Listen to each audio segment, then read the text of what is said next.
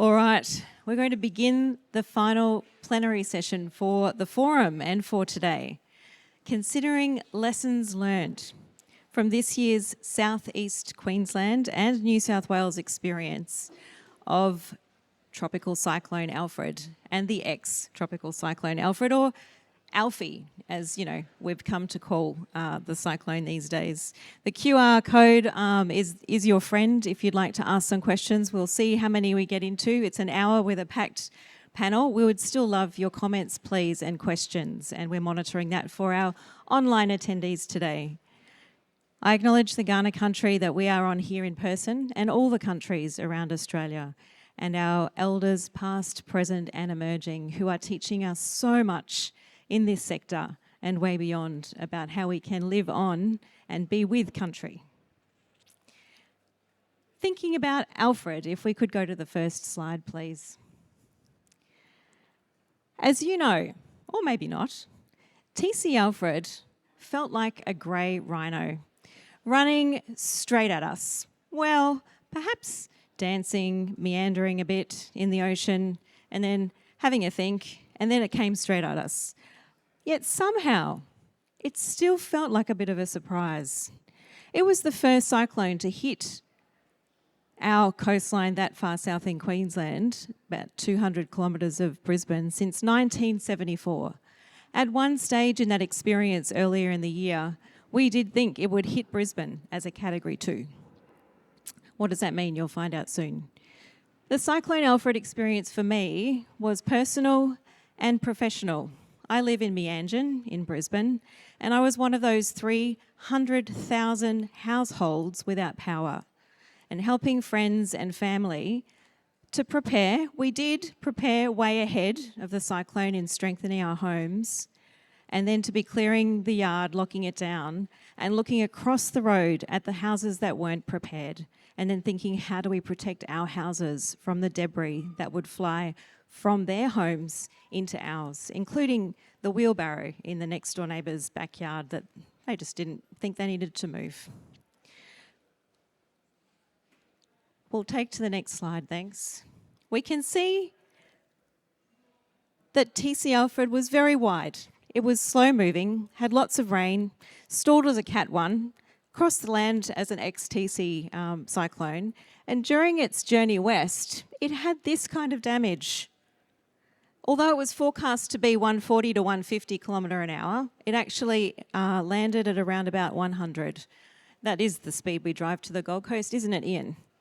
Yes, indeed, 100, state of the 100, but it's that fast, so you can imagine what 100 feels like, with maximum wind speed gusts of 32 metres per second and days of driving wind and rain. As it came landward, southeast Queenslanders experienced lifting tiles, blown in garage doors, and the howling winds were a close reminder of how close we were to the really strong winds, as the howling noise just sent lots of kids and grown-ups mad over those days. We didn't experience a lot of physical damage in the end, but imagine if we'd had across southeast Queensland's 1.5 million or so dwellings, 80 to 100,000 houses with damaged or no roofs. How long would it take to repair that en masse? Appreciating the likely damage to material stores and also to the roads and major transport routes in that case, and the short supply of what I've come to call tarps, tools and tradies in that circumstance. Where would we have accommodated 150,000 people in those days following? And what would we have done in living through the subsequent 2 to 3 months that we have had of drenching rains and regular intense weather patterns following that cyclone? I think we'd call it a near miss, perhaps. Let's talk about that today. Liz, and I'll introduce the panel as we go. Over to you as an enabled human being working in Queensland for many years, state emergency management, and now with the peak body, Local Government Association of Queensland. They have 100% membership across all the councils in Queensland. How fabulous is that? Over to you. Would you like me to? Oh, will do. No, thank you, Cheryl. Thank you for the introduction and thank you for inviting LJQ and my CEO sends her apologies, Alison Smith. She would very much like to be here, but we have a board meeting today. So you've got me. I'm the lead for disaster management with LJQ. And oh, thank you. Perfect. I've only just got the 2 slides, but I'll have a chat about what our association's all about and what our role is and what our local government's role is in Queensland. And as Cheryl said, I think it was such a great opportunity to learn. I do believe we had some near misses, but those near misses really give us opportunity now to prepare for outcomes that we might think could occur, but we don't potentially really believe they will occur. So many of you do work with the Local Government Association of Queensland, LJQ, and we love working with our partners. If you haven't yet worked with LJQ, we're the peak body. We do represent all 77 councils. We have 79 members. We have Norfolk and Weipa Town Authority as auxiliary members. We're very proud of our connection because our sole role is to provide support, advice and advocacy. We're there to represent the interests of councils as they then represent their communities. And so our partnerships with state and federal agencies and NGOs is imperative. And that translates then, of course, into our Queensland disaster management arrangements. We're very proud in Queensland and we really own that the legislation says that it's locally led. And what that means, we need partners at the table. It's that local coordination to ensure that we're getting the right resources at the right times to assist our councils and our communities to be thriving. So that's a little bit about LJQ and our purpose, and I want to acknowledge other associations. I know colleagues are here today, and we have similar roles, but we also have different roles. When we jump into a disaster in Queensland, we'll be in the State Disaster Coordination Centre. We'll be there as a liaison officer, and we'll also be around the table at the SDCG, the group. And my CEO sits on the Premier's QDMC, Queensland Disaster Management Committee, with the ministers. So it's a fantastic opportunity to make sure those levels of government are talking. I really do want to highlight for Tropical Cyclone Alfred, which we're talking about today, Queensland and QRA colleagues in the room, we had 73 out of 77 councils activated at least once in 2025. That is huge, and that has made a big difference to our ability as councils to respond. And I'll talk about our C2C in a moment, and it's made a big difference to that. But I imagine, and I know, that's made a difference to our state colleagues as we all work together to respond for our communities and recover for our communities. So with the 77 councils, 73 activated, we started the year with our monsoons in far north, and we ended the year, 6 months I should say, with the western floods. And it's very important to acknowledge that all parts of the state have been impacted because the fatigue, which we'll talk about later, it makes such a difference, recognising that those councils and communities and people are the impact from these events that we talk about. And so I suppose one of the big key messages that we've got to get across is that our communities are all different, and really engaging with those communities and the challenges we saw. So we all know there's a big difference between a small council and a big council, regional, remote, and isolation and all those geographical type considerations. But what we really learnt with Tropical Cyclone Alfred was that even neighbouring councils, they have such differences within them. And we'll talk more about it, but I really wanted to highlight before I do hand over the mic, we do have such experienced emergency services and experienced councils and leaders, and we know how to talk and engage with our communities about the risks that we perceive. But we did have challenges when we looked at the whole of that SEQ area and trying to have messages that covered a region that is very interconnected, and yet you do have pockets that are we do have those nuances. So we did find that the mechanisms that we might traditionally go to, emergency and warnings and general communications, may not have been fit for that purpose. So I guess, in summary, I really mean that we do have great systems and structures and experienced personnel, but we do need to reflect on what's occurred so we can ensure that we are ready for that compounding and complex that we've talked about throughout the last 3 days. And I'll just highlight, because the real impact on the councils and colleagues I see in the room and how busy they've been. We have our council-to-council support program. We're very proud of that. And that's us as LGAQ supporting our councils when they need it. If you have an officer with a specific skill set, might be a disaster coordinator, might be a grader operator, it might be an environmental health officer. But because we know our network and our members, we're there for them, we know across the board, and we call out to our councils and say, do you have this resource that you can plug and play into another council? They know the context, they get going, they can support quick.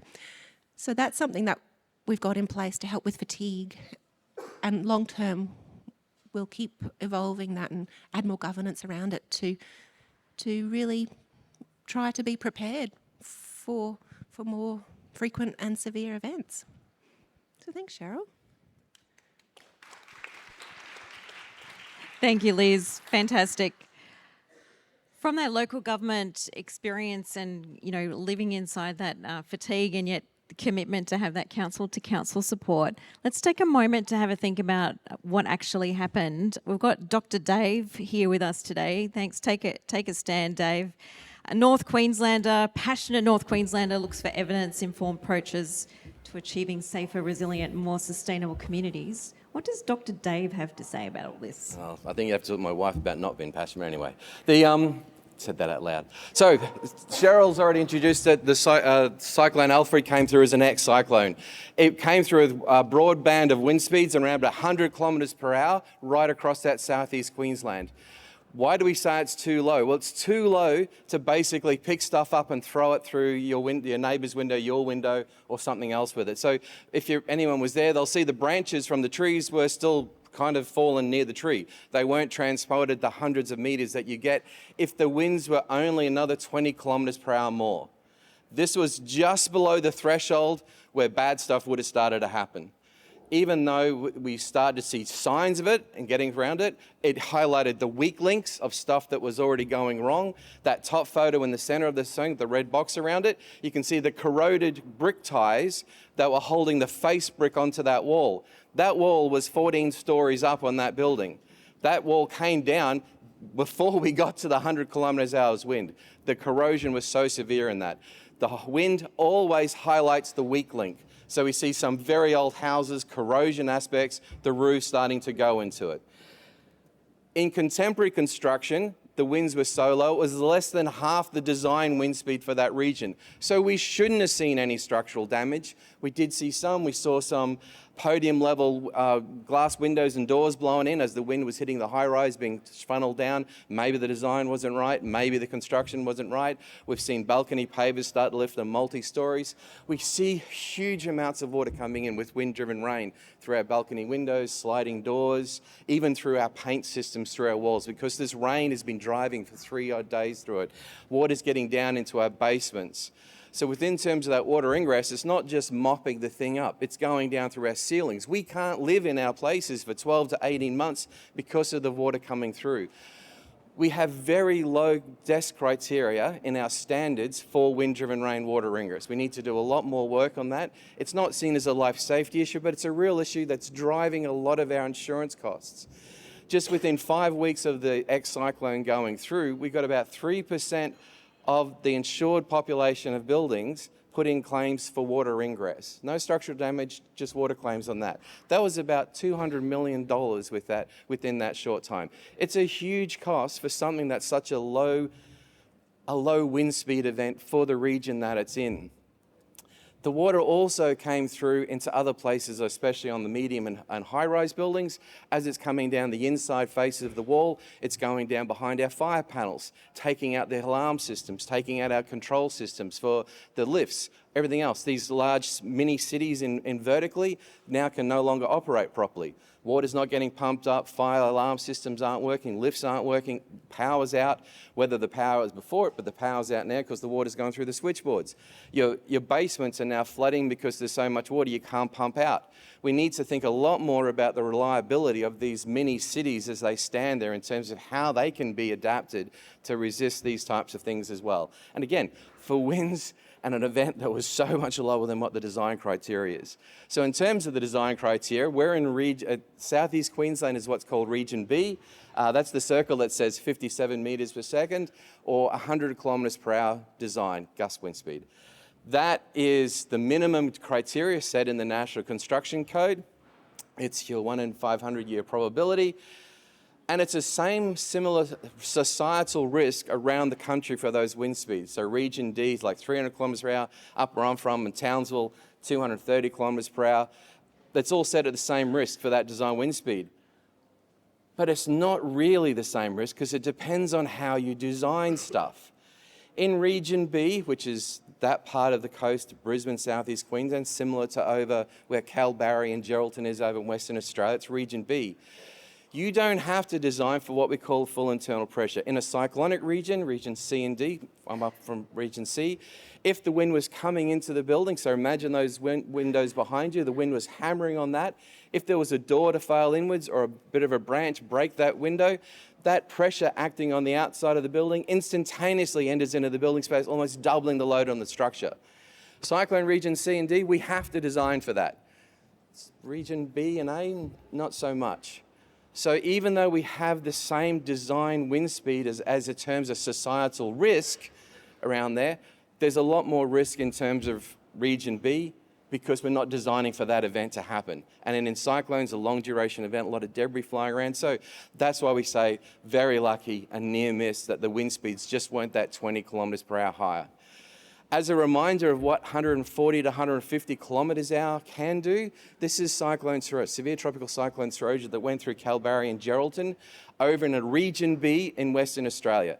They're modern homes with stuff coming off them. So 30% of the modern homes in those towns had significant structural damage. We know that could be very comparable to Southeast Queensland. Working with Queensland Fire Emergency and Jane Sexton ran this project with Geoscience Australia, CELS, UQ, Matt Mason's here, that it was looking at modelling what scenarios of cyclones could come into the Southeast Queensland area and looking at the results and the damage from that. There was modelling the 1954 Gold Coast cyclone, if it came through now. This one that's on the screen is not dissimilar to what Cyclone Alfred was originally forecast to be crossing at about that 140 kilometres per hour. You can see those numbers there, about 100,000 homes structurally damaged if that event came through. And then as Cheryl mentioned, the rain, everything that came afterwards, the repair is not just 12 months, it's not 18 months, it's just a massive impact. So we really got to think, lucky the winds were only 100 kilometres per hour.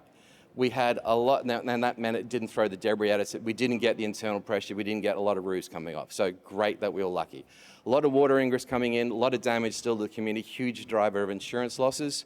And it just highlighted things that are starting to happen. So we've got to take these messages now. We've got to take these lessons before the big one does turn up in that regard. So we've got to learn about our fire systems. We've got to learn about keeping water out and all the damage that it does to our buildings, because it is not just an amenity, it is a life safety issue as well. Thank you.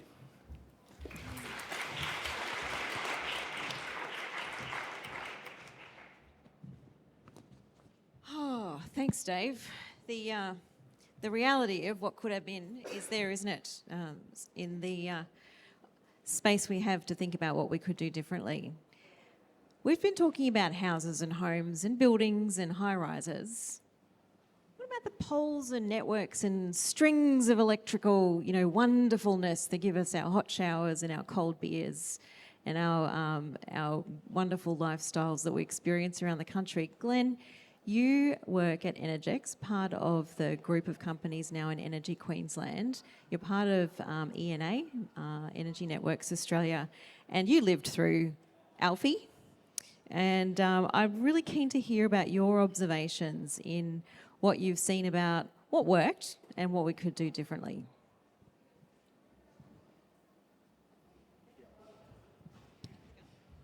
I've got no slides, so I'm all good. Afternoon. I made the mistake of not putting slides up, so people have to look at me instead. Anyway, that's all good. Look, as introduced, Glen Dolan's my name.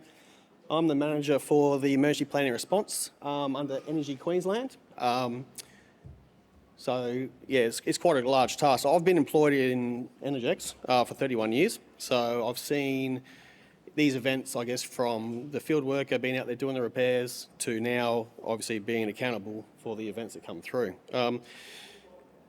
I guess my role, what is my role entitled? So I thought I'd go through that a bit. I'd talk about the events leading through TC Alfred and then the outcomes at the other side of that, what we're doing now. I'm responsible for the strategic and tactical direction, I guess, operational support and leadership for escalated and emergency events. So not just cyclones, floods, heat, bushfires, etc. And this includes the development and implementation of emergency response framework and intelligent platforms, supporting processes, training, exercising, and mentoring are key roles across the business. We, as an organisation, have adapted and follow the AIMS structure. Hoping everybody knows what the AIMS structure is, the Australasian Inter-Service Incident Management System. And we formally train our emergency management representatives in that as well each season as new people come into the business. And it sort of works around 5 key principles around management of objectives, the span of control, functional management, flexibility, and unity of command. So that is how we do our structure, and that leads into our pre-summer preparedness training, etc., and our scenarios that we work through across the whole state of Queensland. This was quite an interesting event. I was away in Townsville for the Ingham floods just prior to the development of TC Alfie, and I managed to get home for a few days prior to then leading forward into an event such as this. So my team is accountable and look after, I guess, monitoring a lot of different forecasting tools throughout the year, but specifically in the storm season, official storm season that we call it. On the 19th of February, that was a Wednesday, we developed our SMEAC number 1. That's when we had a fair confidence that this was going to turn into something. Although at that point in time, the strength, the direction was all over the shop. There wasn't actually a forecast map design at that point in time. The tools we use though to look at all this are vast, and I have a good team of 3 underneath me that definitely support this and are constantly reviewing and looking. So that was quite good from that point of view. Are people aware of what SMEAC is? Okay, so some are, some aren't. So a SMEAC for us is it's a document that outlines the situation, the mission, the execution, administration and logistics, the comms and signals, and safety. And that document is formed to give to our operational leadership team and also to the executives of our business to keep them informed as we go. That really gave them the heads up that something was out there and we had a chance that it was going to impact somewhere in Queensland. Now that was 19th of February, remember? So Wednesday. From then, we started monitoring BOM, Weather Watch, JTWC and Windy to get some of these versions and waiting for an establishment of maybe a forecast map. That came through to us on the 26th of February, so a week later, getting approval to move to alerts phase of an event. So that's when we starting to step things up, develop an emergency management team, and we start having regular daily meetings, so an AM and a PM meeting from that point of view. The EMT consists of an emergency manager, unfortunately for my role, me, and functional leads. So in those functional leads, we have planning lead, we have resource lead, intelligence lead, so one of my employees covers that role. We have comms and stakeholder, operational logistics and safety. That's designed to start the conversations of what does this mean for us. So as we get further and greater and closer information, more accurate information, it allows us to look at what that means for where it's going to cross, etc. Sunday the 2nd of March, so the Sunday after that Wednesday that we stood up, we moved to a lean forward stage based on the situation changing again. What that meant was, pardon me, what that meant from that point of going to a lean forward, we started looking at what that meant for moving crews, logistically moving materials, generation, vehicles, equipment that we thought we might need for an event such as this. That's when it moved then from that point of view to a stand-up status on Tuesday the 4th of March. So this is nearly 2 weeks after we initially started the conversations around what this meant for us. That gave us a long lead time, gave us a great opportunity to get things set in the right place, particularly when you look at where it was planned to cross, which, mind you, was still a 400-kilometre stretch of land when it sort of was being forecast. What that means, though, is for us to get crews, because we have crews spread across all of Queensland, to get crews from Cairns to Brisbane, it's a 3-day journey in the vehicles with staging areas along that way. That gives us time, though, to get people to there and sort of base outside of that impact zone so we can get set up for it. As we saw, the TC Alfred sort of hung out there for a little bit, did a few little circles. We started seeing the impacts on our organisation on the 6th of March, Thursday night, into Friday morning, where we had about 40,000 customers off at that point in time. It was still safe for our crews to go out and do those repairs at that point in time, and they were doing that. It wasn't until the Saturday when it came across the tip of Moreton as a Category 1 changed to a tropical low that we saw approximately 350,000 customers starting to lose supply over that point in time. The next stage of our process from that point from the emergency management team is to develop a restoration plan. Now that restoration plan is critical on a few points. It's critical from a point of view of understanding, I guess, the prioritisation of putting feeders back on. It is a point of view of understanding how many crews we actually need and what sort of gear we need from that point. And it gives us a timeline. That timeline we take to the emergency, to the executives and also government to say this is when we expect to have 100% restoration completed. I have a process in our standards that we put onto the business that are drafts within 24 and a proper agreed restoration plans within 48 hours after the event crosses at day 0. That was developed on the Sunday the 16th, and we had a 100% restoration plan to have 100% restored by Sunday, the 16th. So that was 2 minutes? Okay, thank you very much. So that's what sort of said it. Now, talking about community, that restoration plan goes onto a website that our community and customers can look at to understand when they will likely get power back on from that restoration plan. It's a good link from our point of view to give them the heads up on that, at what we're working on. And that drives our teams to actually achieve that outcome. On a positive note, look, we achieved it. We achieved 100% restoration by that Sunday that we said we would. And we're actually ahead of the game majority of the way. We find we have big wins at the start and it slows down towards the end as you get to the single numbers from that point. Since then, I guess, I'll cut over a couple of the stats. Everyone probably knows the stats, but since then, we've started working on debriefs from every event we do, outworking some of the challenges with critical infrastructures, priorities, supply chain issues, once you have an area impacted without supply, etc. What does that mean for community? And then, obviously, business continuity plans too for other businesses as well. So they're the things we're working on now from that point. Happy to call there if you want to go early. Did you? I'll ask a quick follow-up one, Glenn. Do you reckon you had it in you if it had been bigger?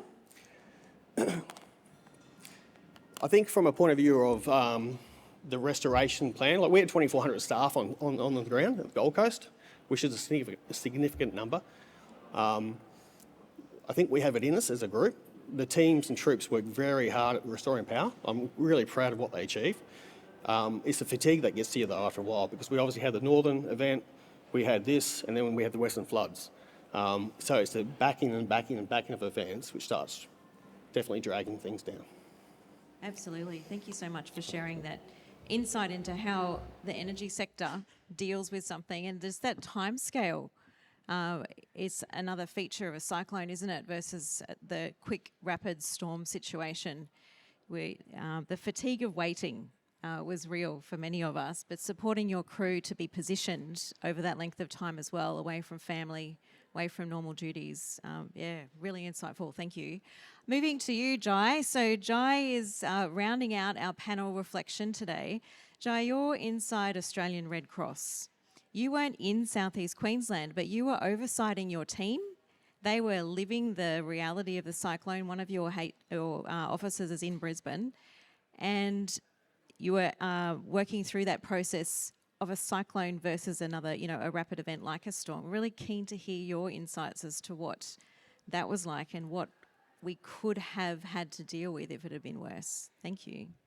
So thank you. So yeah, Jai O'Toole from Australian Red Cross. My role is overseeing all of our programs we deliver across the country, and our work in emergency management's one of those portfolio areas. So today I just thought I'd touch a little bit about what we do, what we did during the response to Tropical Cyclone Alfred, and then very happy to sort of talk a bit about some of the impacts we observed that it's had in communities, and some of the work we plan on continuing to doing within communities and alongside communities over the coming weeks and months as well. So as an organisation, I guess we're one of few that work right across the preparedness, response and recovery portfolios. So we do a lot of work with communities and individuals, particularly focusing on the more vulnerable groups around how we can better prepare and equip people for future events that they might experience. So some of that's around direct training through various community events we might run. Some of it's through the provision of resources, and we also look to how we partner and equip other organisations to be able to work, including a lot of the councils and LGAs across the country, in terms of how they work within their communities to build preparedness and resilience to future events. When bad things happen, and unfortunately they're happening more and more frequently at the moment, we go into providing relief and a part of all the state and territory formal relief arrangements. It does look a bit different from state to state, or territory to state as well, which can create challenges when you're trying to work as a nationwide organisation. But typically we are deployed to go and work in evacuation centres, relief centres, recovery hubs and so forth. And mainly our focus is around looking at the psychosocial impacts and really trying to work with communities around the provision of psychological first aid, which all Red Cross people who are deployed out, who work with communities, have gone through to support people from that front, and looking at how we then are working in with the state and territory arrangements that kick in to get people connected in and supported by those support services and arrangements that are made available. We then work in recovery, which we take a very strong principle around looking at a community-led recovery approach. And fortunately, with a lot of researchers in the room, we've been very fortunate to partner with a range of different research institutes and practitioners around looking at how some of the research that's been done, particularly since the Black Summer bushfires, that inform then our recovery programs. And we often will really focus around going and listening and engaging with communities, those organisations are already present, working with those communities around how we can partner to focus around what a medium to long-term recovery program looks like. Whilst there's a lot of organisations that are embedded in some of the communities, we do pride ourselves that we are often there and one of the last, I guess, to leave that might move in to support and work with those communities. And in some cases, we've been working for 5, 6, 7 years after these events, still embedded, still working alongside the communities that have been impacted by some of these events. I looked at this map and I had to go question a couple of my staff as to whether they got it right. But over the last 12 months since July, you can tell there's probably 2 places you might want to live in Australia, and that's right down the middle. But over the last 12 months, we've responded now to 34 events. And for us, it's just not about the natural hazards, such as cyclones, floods, storms, bushfires and so forth. We also respond to a range of other events, which we call collective trauma incidents. And also some of the events that, as we unfortunately are seeing unfold overseas at the moment, which might require repatriation of people back into Australia as well. Some of the work we do around collective trauma, I'll just talk about a couple of just briefly, the probably more well-known ones is the Dreamworld incident, if we're keeping a Queensland theme going here, where there's some, unfortunately, people lost their lives in that event. We deployed our volunteers that were involved with supporting those families and communities impacted by that. We also got into some of the memorial management that went around it as well. which I think there's a lot of, I guess, underestimating. We work alongside a lot of councils in that space around what it takes to actually appropriately manage memorials that undoubtedly pop up during these events as well. One of the things that this probably doesn't represent well is how long we're responding to these events. Queensland's, I think, a really good example. We're still working up in far north Queensland whilst we were responding to Tropical Cyclone Alfred. Then we went to the Western floods as well. And obviously now some of our staff and volunteers are supporting and continue to work in the New South Wales floods. So we're talking weeks and months, days on day, weekends, not always 24 hours, but in the early hours, absolutely. So puts a lot of strain on our workforce, which I'll talk about in a minute as well. So for better follow my notes, I'm terrible at that. Tropical Cyclone Alfred response. We were supporting 110 locations across southeast Queensland and northern New South Wales. That involved working alongside 25 LGAs. And then there was, multiple evacuation centres, recovery hubs, various other outreach operations where we physically are deploying people out into the field, going door to door and connecting with people that have been impacted.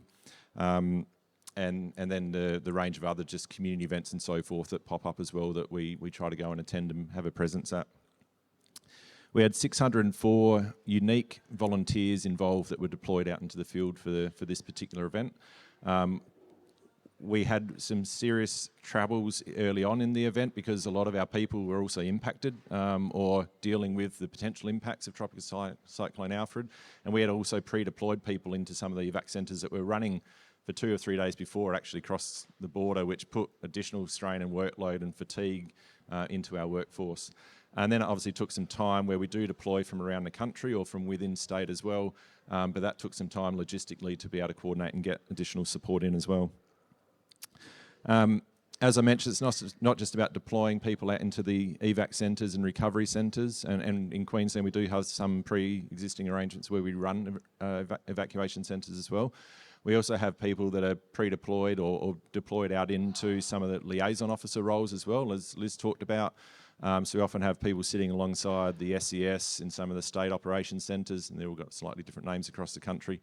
Also on some of the recovery committees and so forth. So again, there's a lot of people that are then deployed out into other roles around liaison. So we can feed information in that we're hearing from the field and what's some of the community sentiment are, and secondly, that we can then bring that information from those centres and recovery groups to help to inform our relief and recovery planning.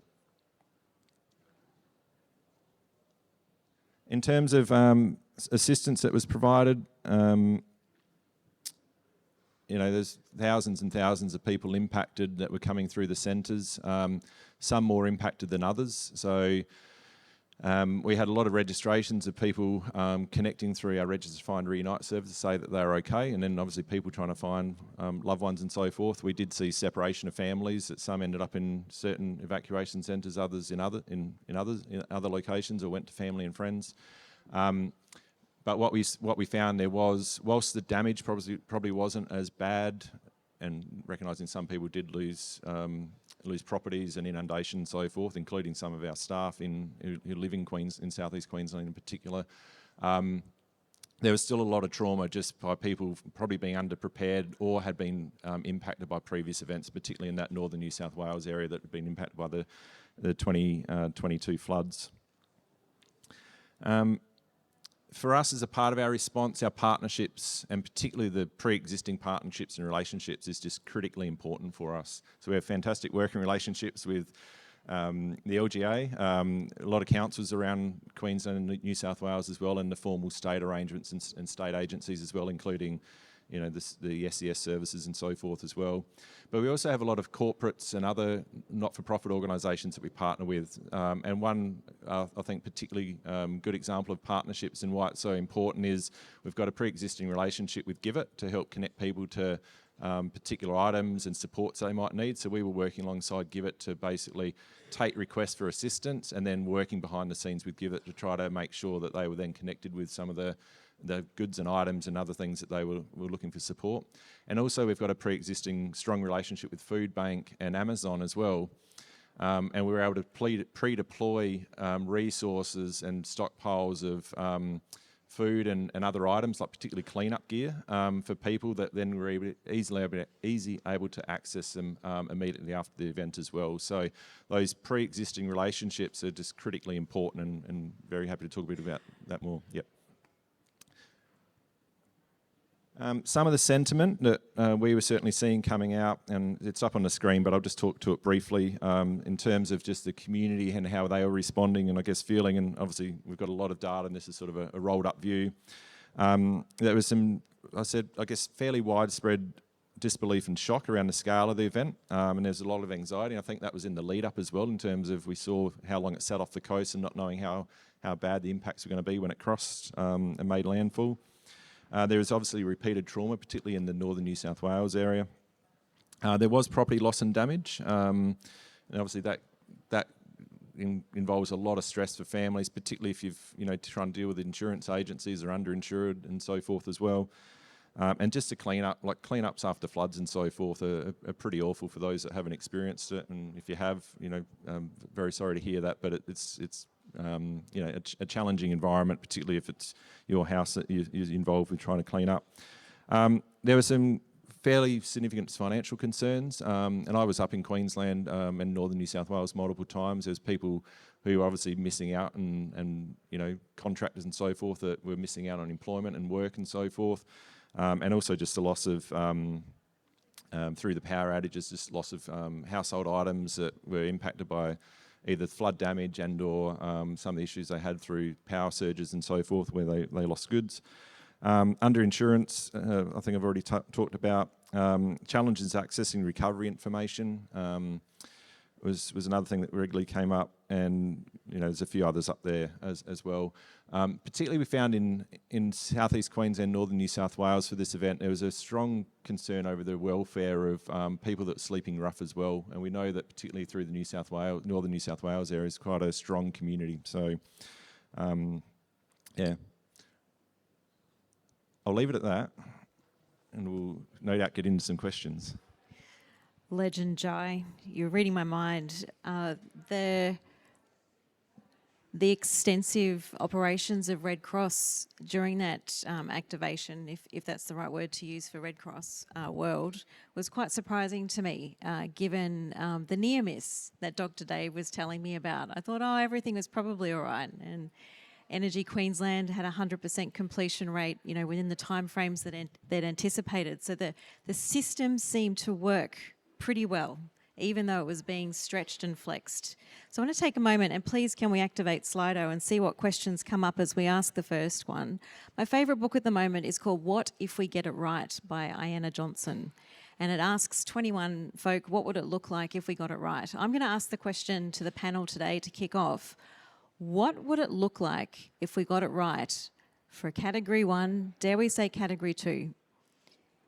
Might see it in the future. We're not having necessarily more frequent events such as that, but it's probably going to happen at some point in the future.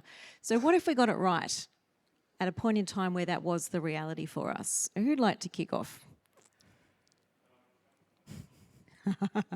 Go, Jai. Yeah, you can go back. I'm happy to go. And I could talk about this for the next half an hour easily, so I'll keep it very brief. But you've got 2 minutes because we've got questions. Maybe 1 minute even. That's fine. Paint us a quick picture. I think I've talked already a bit about the pre-existing relationship, so understanding the roles and responsibilities and how it all comes together I think is really important, and particularly how organisations are working alongside each other.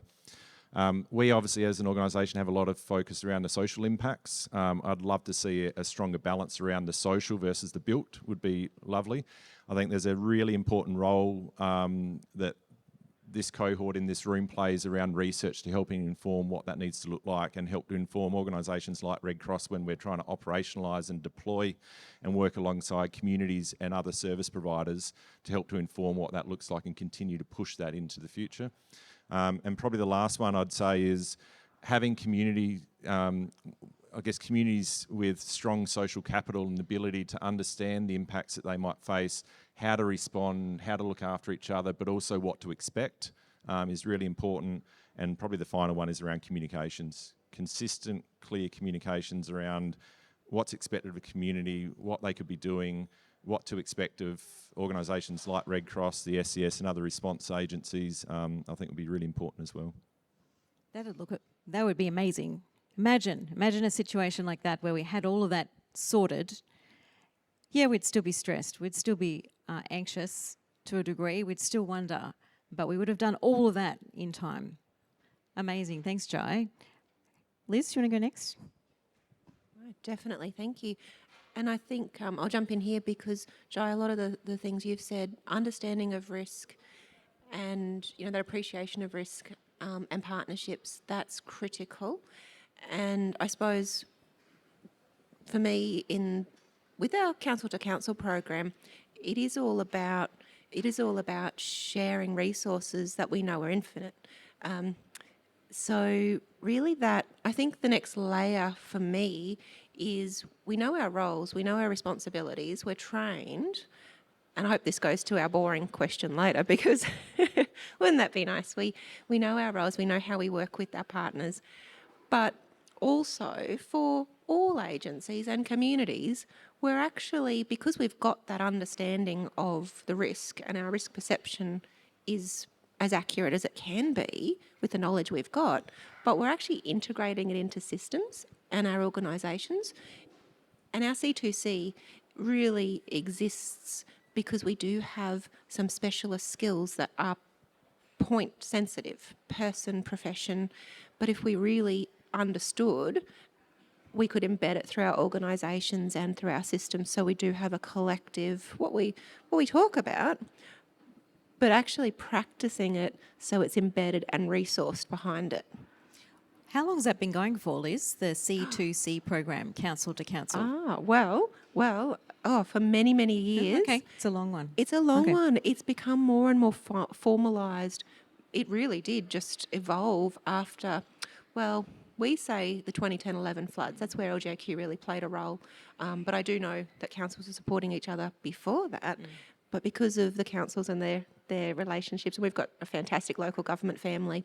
That's where it organically came from, and we've just over the years matured it and put some governance around it, so we can operate more efficiently with it. Yeah. Oh, great story. Okay, thank you. No, thanks. Dave, Glenn, who's next? Okay, perfect world.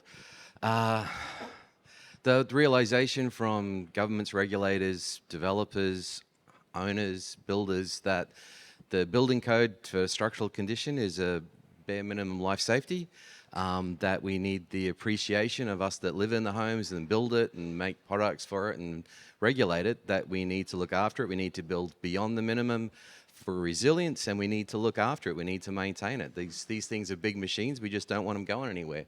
So we've got to make sure that we are preparing for what could be coming, and that needs us to look after and the homes that meant to shelter us.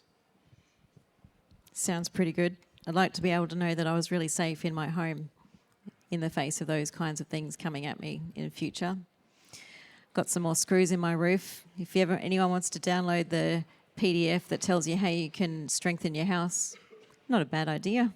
And it's affordable. Amazing. Thanks, Dave. Glenn. From my point of view, I think communication is a big one. We have obviously people at different levels of meetings. So we have someone at the state at Kedron there, a lead up at that level. We have representatives at each LDMG, DGMGs, but we still see regular challenges, I'm going to say, with different priorities across those. So it doesn't seem like an aligned communication piece, and I think we can get a lot further by aligning that and having that as a standard, because we do circles a lot during events. So I think we can shave time off of a restoration outcome if we align processes, have some good business continuity plans, communicate that, and have some clear steps.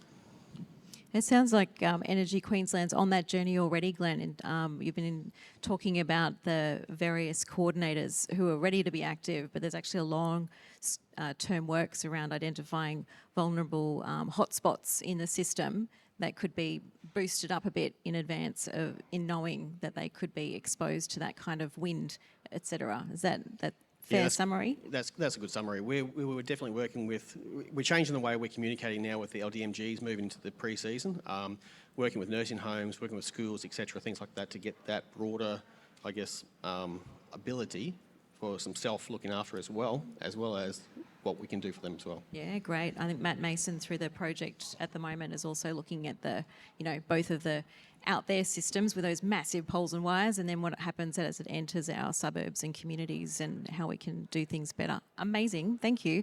All right, I'm looking at Slido. There seems to be a clear winner in terms of voting up at the moment. This one from Mike. Given the cross-jurisdiction impacts and consequences of TC Alfred, what lessons have you seen that can further streamline those arrangements and coordination for community benefits, irrespective of which side of the border you are on or which team you go for in the state of origin? Just saying this week was pretty good. Yes, so regardless of which side of the border you're on, what lessons could we engage with? Quick wrap around the panel. Jay, you look prepared. Yeah, I'll have a go. Look, after these events, and we're in the middle of ours at the moment around doing like after action reviews and so forth, I think sharing that information across around what lessons learnt can be brought out through the different agencies and through community as well, I think it's really important. We certainly try to take our lessons learnt, that whether we're involved with the formal government process that run them or our own internal, is to go and then talk to the different agencies we work with around some of the outcomes and similarities, and where we think there's opportunities to share that across jurisdictions. One example I'll talk about is, we've talked about sort of impact assessment and some of the work the SES does in particular.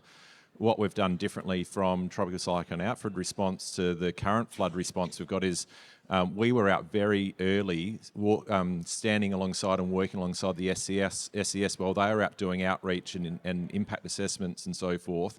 And we were then doing sort of the community impact assessments alongside them. So we had teams of Red Cross and SCS working side by side in New South Wales, and we were able to feed that data back in very quickly. That helped to inform not just our own relief and recovery planning, but also what the New South Wales Reconstruction Authority was working on as well. So we've been able to take some lessons learned that we've seen elsewhere and apply it pretty quickly. So, thank you, Mike. Hope that's helpful. Let's go around the rest of the panel.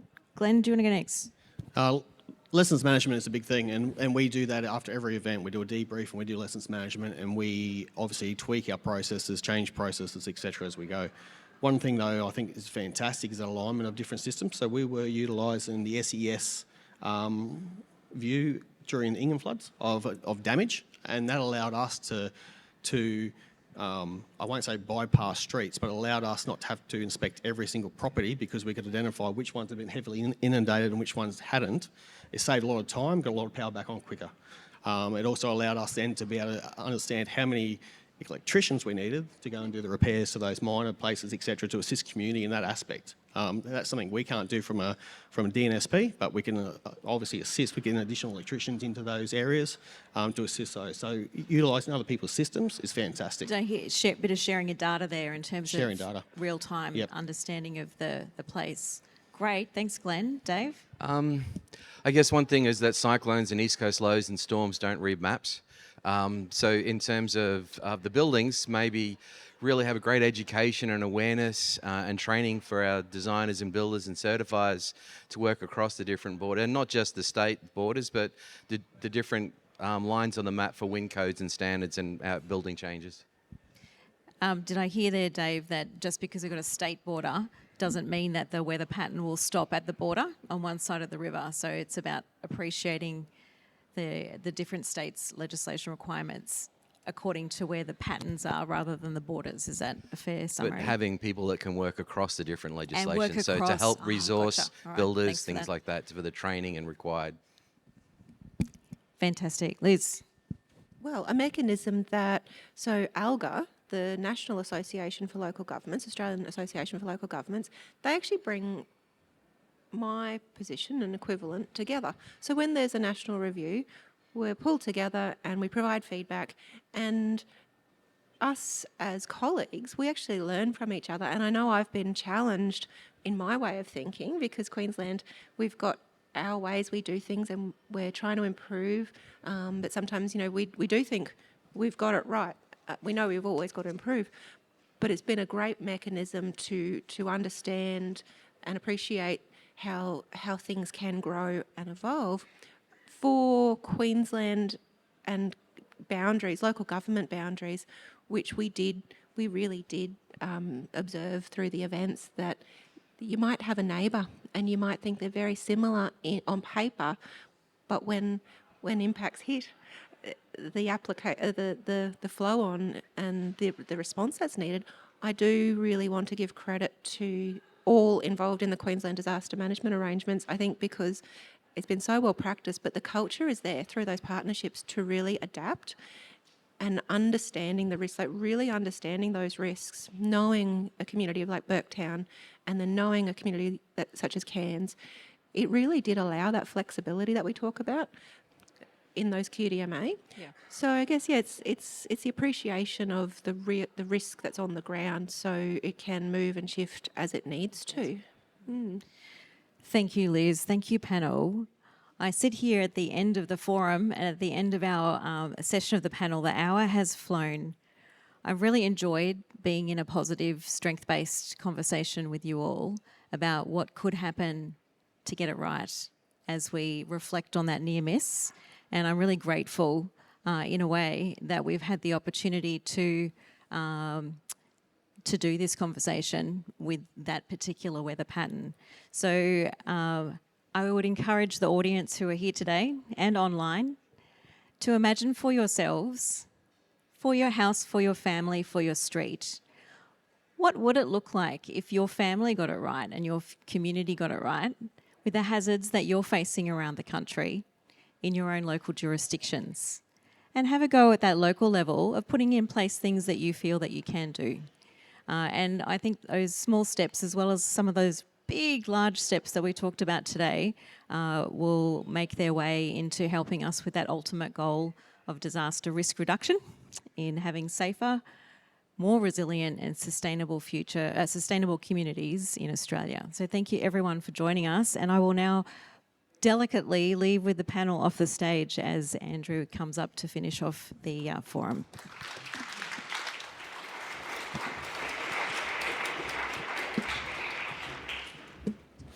Good afternoon, everybody, and thank you to everybody. What a marvellous event it has been. I think there has been a buzz ever since what we call Day Zero, which was Tuesday when we kicked off with some workshops out at SafeCom and the masterclass, and really picked up on the Wednesday with the official opening of the forum, and still continues to our very last panel and discussions there, and what critical discussions we have all been having. And the idea about transformation, be ahead of ready, I think that's come all the way through. But I think the key thing that everybody's been telling me about this forum and why it's successful is they're seeing the journey that we have all been on and the outcomes that are being generated. And those outcomes are about the safer, more resilient and sustainable community. So I think everybody deserves a round of applause, and I am going to lead a round of applause because it's everybody in this room that makes a successful forum and the outcomes of NHRA. So well done to everybody.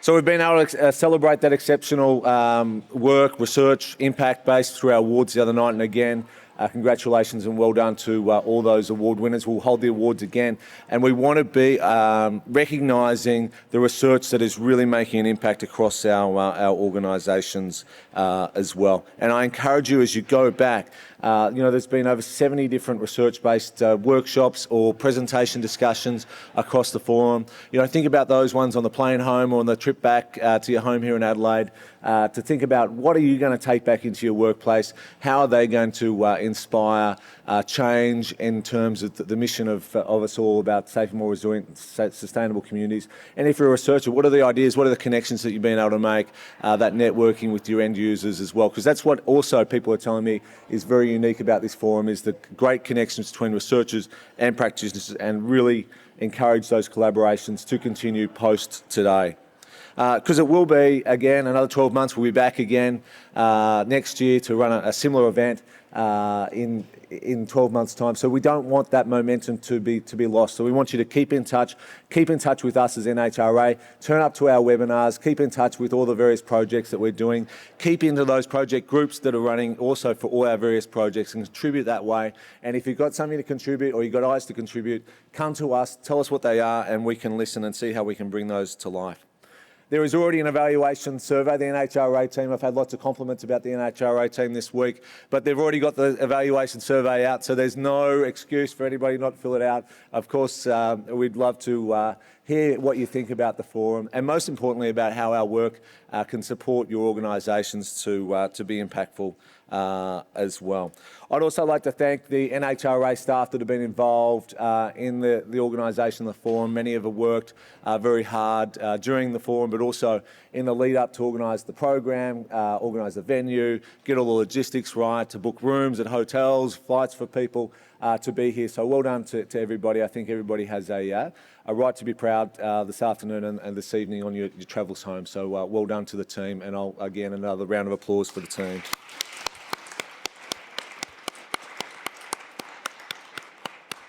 And a number of people have used the word optimism to me as well, that they leave this room today being optimistic about our future, about the journey that we're all on together. And that's really important, because I think that optimism really helps us to be confident that working together we are ultimately going to do big things about delivering safer, more resilient and sustainable communities. And I'll leave it there, and I really look forward to seeing you again next year. So thank you.